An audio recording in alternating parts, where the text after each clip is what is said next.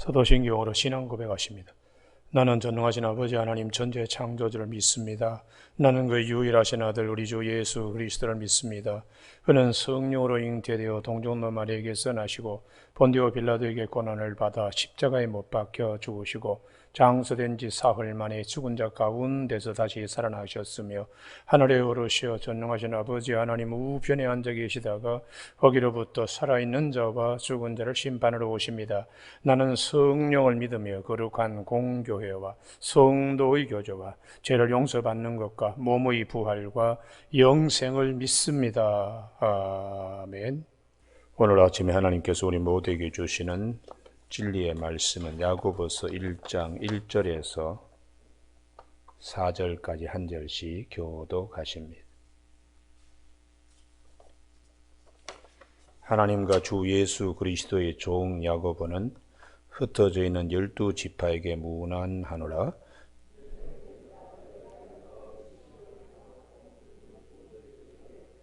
이는 너희 믿음의 시련이 인내를 만들어내는 줄 알미라.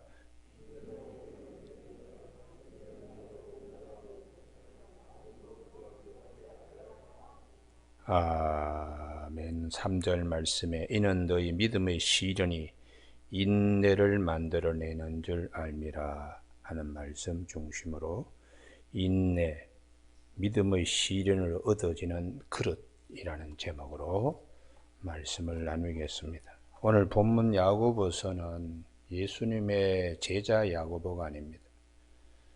예수님의 제자가 12명의 제자 가운데 야고보가 아니라 예수님의 젖동생 야고보가 쓴 야고보 서신입니다. 오늘 아침에 우리가 2절 말씀, 내 형제들아 너희가 여러 가지 시험을 당하거든 온전히 기쁘게 여기라. 참 귀한 말씀입니다. 성경은 눈에 관하여 많이 말씀합니다. 특별히 예수님이 오셔서 소경된 자를 고치시는 누가복음 18장의 여리고성의 바디메오를 주님이 만나서 네 소원이 뭐냐? 눈뜨기를 원하나 내 소원대로 될지어다. 그래서 바디메오가 눈을 떠서 얼마나 기쁜지 겉옷을 던져버리고 예수를 쫓았다고. 그리고 요한복음 9장에 주님께서 길 가실 때 제자들과 함께 길을 가셨는데 제자들이 이 사람이 태생적으로 날 때부터 소경되어서 길가에 거지로 나앉아 있는데 이 죄 때문에 그런 거 아닙니까? 부모님 잘못으로 이렇게 됐습니까? 당사자 잘못으로 이렇게 되었습니까? 그때 주님께서 아니다. 그에게서 하나님이 하시는 일을 나타내고자 함이라. 그러면서 진흙을 이겨서 그 소경에게 실로암 연못에 가서 씻고 오너라 했더니 눈을 밝히 씻음으로 눈이 아주 밝아져서 돌아오게 되었다고 그렇게 말씀합니다. 눈이라는 것은 주님께서 산상수훈 마태복음 6장 22절에서 눈은 모모의 등불이라고요. 그러므로 내 눈이 성하면 온몸이 밝을 것이요 눈이 나쁘면 온몸이 어두울 것이라고. 그 눈이 얼마나 중요한가. 시험을 당할 때에 어떤 눈으로 보느냐, 어떤 관점으로 보느냐, 그것으로는 성경은 우리에게 말씀해 주고 있습니다. 그래서 우리 다윗의 삶 가운데 아주 특별한 경우 있습니다. 사무엘상 30장에 보면 이 다윗이 블레셋으로 귀화합니다. 그래서 블레셋 장수가 되어 이스라엘과 싸워야 되는 아주 힘든 일을, 결정이 어려운 일을 해야 합니다. 그런데 하나님의 은혜로 장수로 참여를 나갔다가 그 블레셋 장수들이 이거 트로이 목마처럼 이거 다윗이 우리와 함께 참전하면 안 됩니다. 들어갔다가 칼을 우리에게 들이대면은 안 되니까 다윗 돌아가게 하십시오. 그래서 그가 부여받은 시글락 성으로 이제 돌아왔는데 그 사흘 만에 성이 불타버렸습니다. 그래가지고 부인들도 없어지고 자녀들도 다 포로로 잡혀갔는데 이건 누가 와서 이렇게 분탕질을 했는지 알지 못하고 할 때에 다윗과 함께 나갔던 군인들 600명이 다윗을 돌로 때려서 죽이려고 들고 일어났어요. 그때 다윗이 얼마나 궁급하고 다급했던지 뭐 그 순간을 이루 말할 수 없지요. 겨우 이제 흥분된 군사들을 진정시키면서 600명 가운데 200명은 여기에 남고 그리고 400명만 데리고 이제 나가는데 이게 어디에 있는지 누가 와서 했는지 몰랐습니다. 그런데 길 가다가 다윗의 군사들이 다 죽어가는 애굽 소년을 만나서 버리지 않고 그에게 물도 주고 떡도 주고 건포도 줘서 그가 비로소 생기를 얻고 말을 합니다. 자기는 애굽의 소년인데 주인 아말렉이 병들어 가지고 길바닥에 이렇게 그냥 내버리고 갔다고 그러면서 하는 얘기가 내가 아말렉 사람들 군사들이 이 성을 이렇게 불태우고 아냐자를 데리고 간 군사 어디쯤 숨어 있는지 내가 압니다. 그래서 이 애굽 소년이 다윗이 아주 어려울 때에 눈이 되어 잡혀갔던 아녀자와 그리고 어린 아이들을 다시 데리고 오는 그런 말씀이 있습니다. 우리가 눈이 밝으면 온몸도 밝고 눈이 어두우면 나쁘면 온몸도 어둡다. 눈이 얼마나 중요한가 그렇게 이제 말씀하는 것이죠. 그래서 그 다 죽어가는 애굽 소년에게 아이고 하고 국률의 눈으로 봤으니까 국률이 여기는 자는 복이 있나니 저희가 국률함을 받을 것이다. 그래서 그 애굽 소년이 기운을 차려가지고 답답하고 힘든 다윗과 그 군사들 앞에서 길라잡이가 되고 눈이 되어서 잃어버린 것을 회복하게 했다는 말씀입니다. 오늘 아침에 우리 이 다윗의 군사들이 그 애굽 소년에게 떡을 주어 먹게 하고 물을 마시게 했다. 기운 차리게. 오늘 아침에 우리가 인생 살아가면서 눈앞이 캄캄한 일이 들어 찾아옵니다. 그럴 때에 눈이 밝도록 떡도 먹이고 물도 마시게 하듯이 주의 말씀을 내 영에 말씀으로 먹이고 말씀으로 시원케 해야 됩니다. 할렐루야.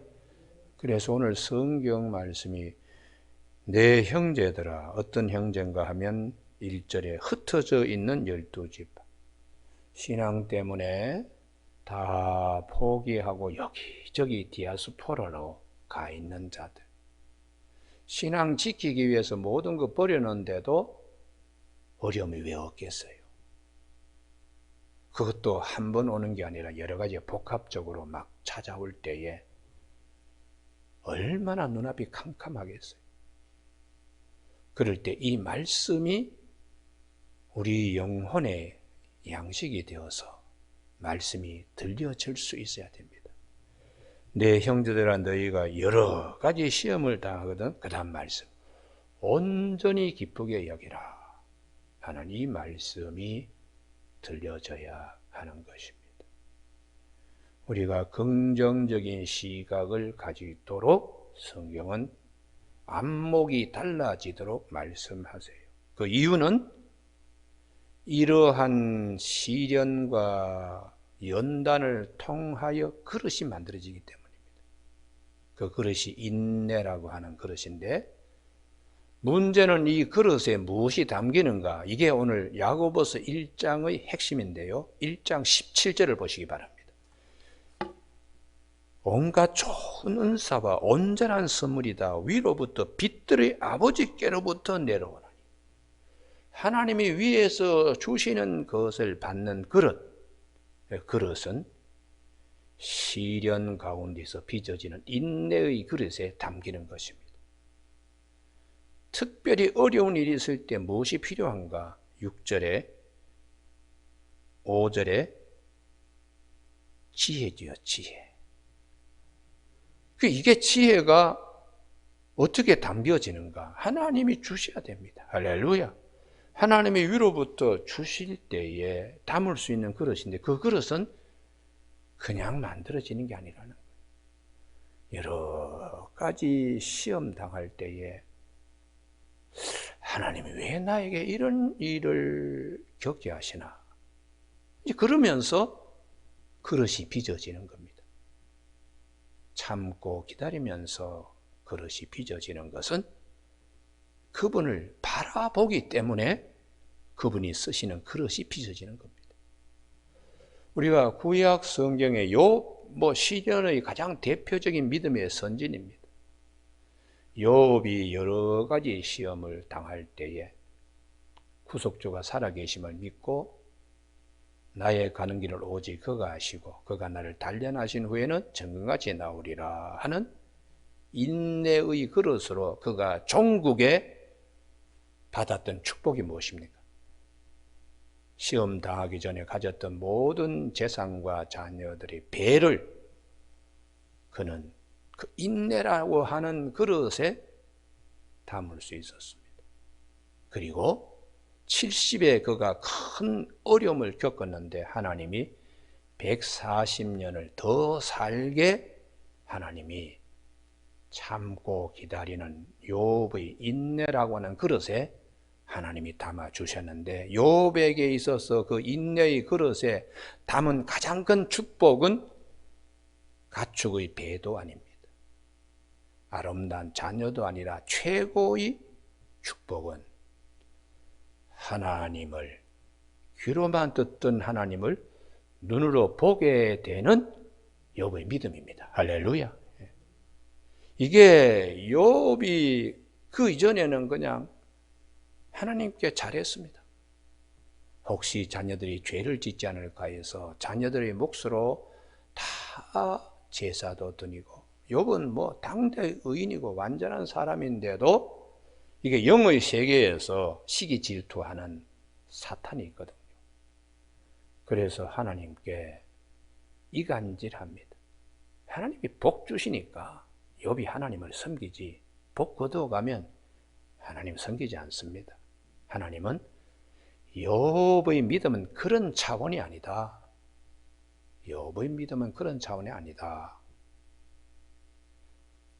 그런 욥이 하나님이 그렇게 기대하고 하나님이 믿는 욥이 여러 가지 시험을 당할 때에 온전히 기쁘게 여기라는 말씀처럼 인내를 만들어내는, 그래서 그 인내라고 하는 그릇 1장 17절에 온갖 좋은 선물들, 은사, 온전한 선물 다 위로부터 빛들의 아버지께로 내려오는데 욥은 인내라고 하는 그릇으로 능히 감당하고 남음이 있었습니다. 오늘 아침 우리가 이 사도 베드로도 그렇습니다. 베드로전서 1장 7절에 너희 믿음의 확실함은 불로 연단하여도 없어질 금보다 더 귀하다고. 할렐루야. 그게 우리 믿음의 시련, 믿음의 확실함이 그냥 되는 게 아닙니다. 믿음의 백부장은 100번의 시련을 통하여 믿음의 백부장이 세워집니다. 믿음의 천부장은 1000번의 어려움을 겪으면서 세워집니다. 그래서 우리가 이 시편 11편 6절에 여호와의 말씀은 순결함이요 흙도가니에 7번 단련한 은 같도다. 귀한 은이 7번 도가니 속에서 단련되어야 귀한 은이 적출되고 순은이 되어서 요긴하게 쓰임받는 것처럼 주의 말씀도 우리가 여러 가지 시험 당할 때 말씀이 나를 다듬어 가십니다. 그래서 그 말씀이 나에게 힘이 되고, 앞에서 다윗 애굽 소년이 물을 먹고 떡을 먹음으로써 기운을 차리고 이스라엘 군사들의 눈이 된 것처럼 주의 말씀이 나를, 어렵고 힘들 때 말씀이 나를 지켜주시고 함께 하시기 때문에 성경은 여러 가지 시험을 당하거든. 그 다음 말씀입니다. 온전히 기쁘게 여기라. 다 하나님의 뜻이 있습니다. 할렐루야. 왜 나를 이런 구덩이에 하나님이 던지시는가? 다 뜻이 있습니다. 요셉이 형제들의 손에 의해서 팔려가고, 그리고는 그 보디발의 집에 감옥까지, 정치범 수용소인 감옥까지 누명 뒤집어 쓰고 요셉에게 그런 어려움이 왔습니다만 요셉은 불평하지 않았습니다. 다 뜻이 있다고 믿었기 때문에 잘 참고 견뎠습니다.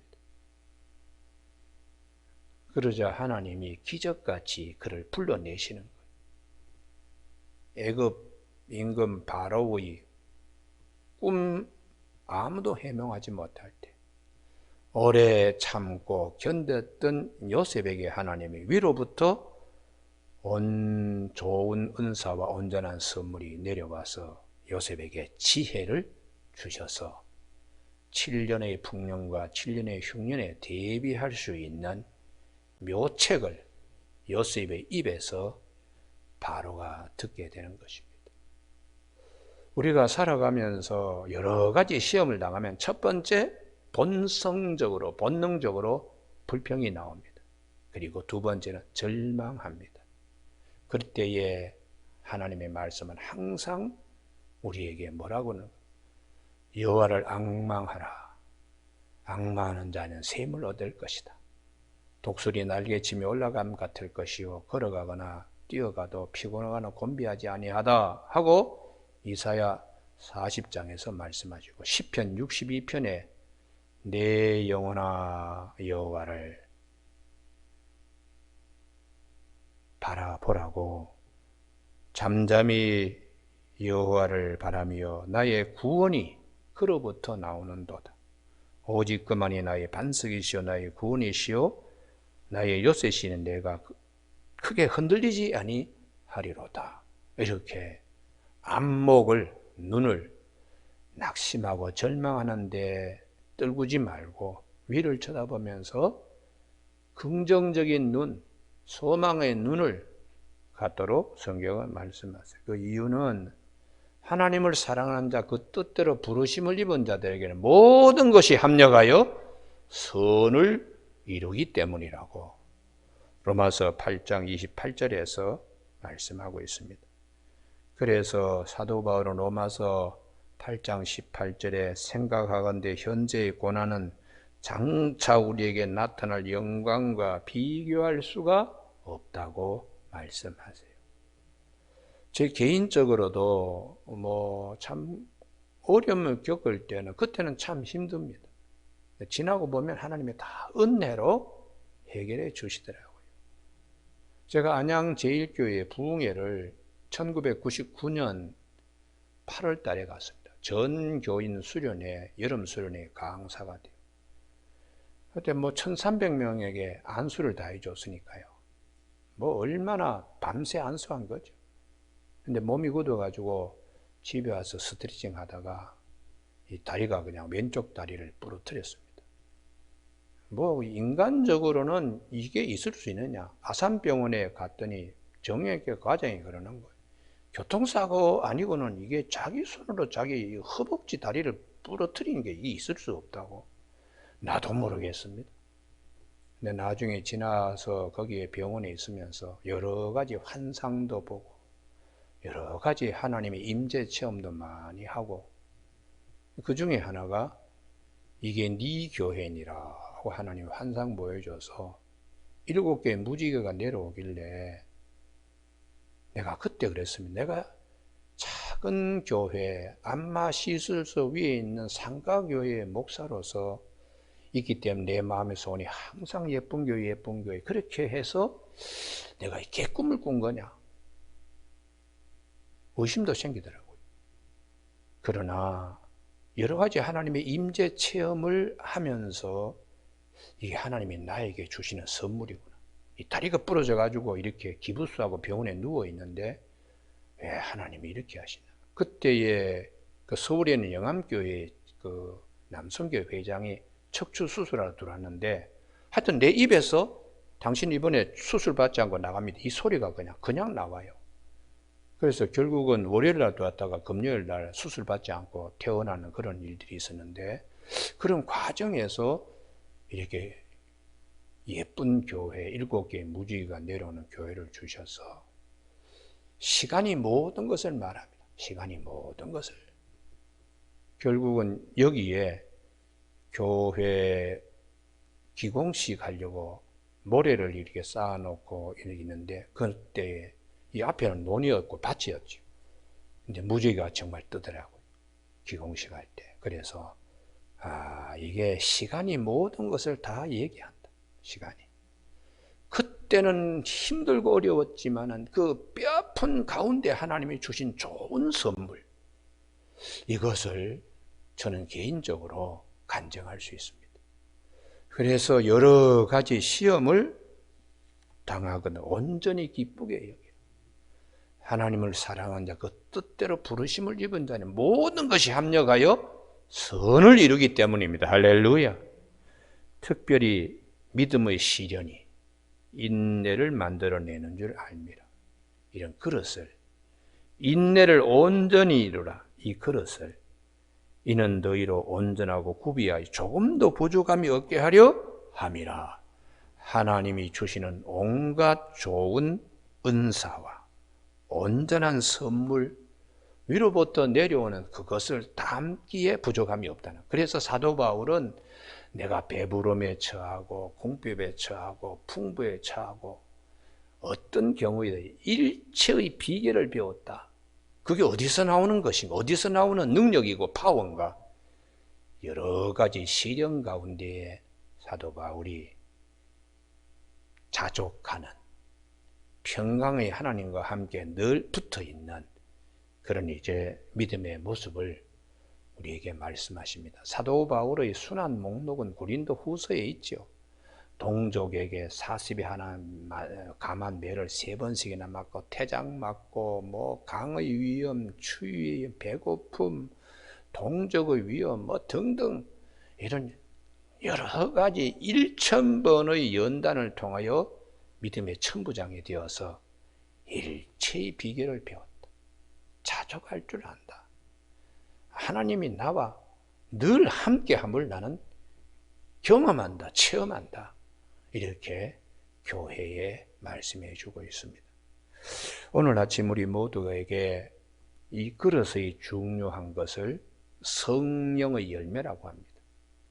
사랑과 희락과 자비와 오래 참음, 이게 성령의 열매고, 사랑이라고 하는 고린도전서에 사랑은 오래 참고로 시작하여 사랑은 모든 것을 참으며 모든 것을 믿으며 모든 것을 견디느니라고 삼중적으로 인내에 관하여 사도 바울은 고린도전 13장에서 말씀하고 있습니다. 오늘 아침에 시련 맞이할 때 하나님의 뜻이 있는 모양이다. 잘 참고 견뎌보자. 시간이 다 모든 것을 말해주니까 그 끝에서 하나님이 우리에게 주시는 기쁨의 열매가 우리의 눈에 비치고 눈으로 봄으로 복이 있는 저와 여러분이 다 되시길 주님의 이름으로 축복합니다. 기도하시겠습니다. 하나님 아버지, 이 아침에 예수님의 젖동생 야고보 사도를 통하여 여러 가지 시험을 만날 때에 기쁘게 여기고 온전히 인내를 이루면 하나님이 주시는 위로부터 나리는 온갖 좋은 은사와 온전한 선물들을 담을 수 있는 그릇이 된다고 우리의 안목을 새롭게 가질 수 있도록 말씀해 주시니 오늘 이 말씀이 걸어가는 길에 큰 빛이 되게 하시고 눈앞에 어두운 것을 밝히는 등불이 되는 말씀이 꼭 되게 하여 주시길 원하오며 예수님 이름으로 기도드립니다. 아멘. 하늘에 계신 우리 아버지, 아버지의 이름을 거룩하게 하시며 아버지의 나라가 오게 하시며 아버지의 뜻이 하늘에서와 같이 땅에서도 이루어지게 하소서. 오늘 우리에게 이루어갈 양식을 주시고 우리가 우리에게 잘못한 사람을 용서하여 준 것 같이 우리 죄를 용서하여 주시고 우리를 시험에 빠지지 않게 하시고 악에서 구하소서. 나라와 권능과 영광이 영원히 아버지의 것입니다. 아멘.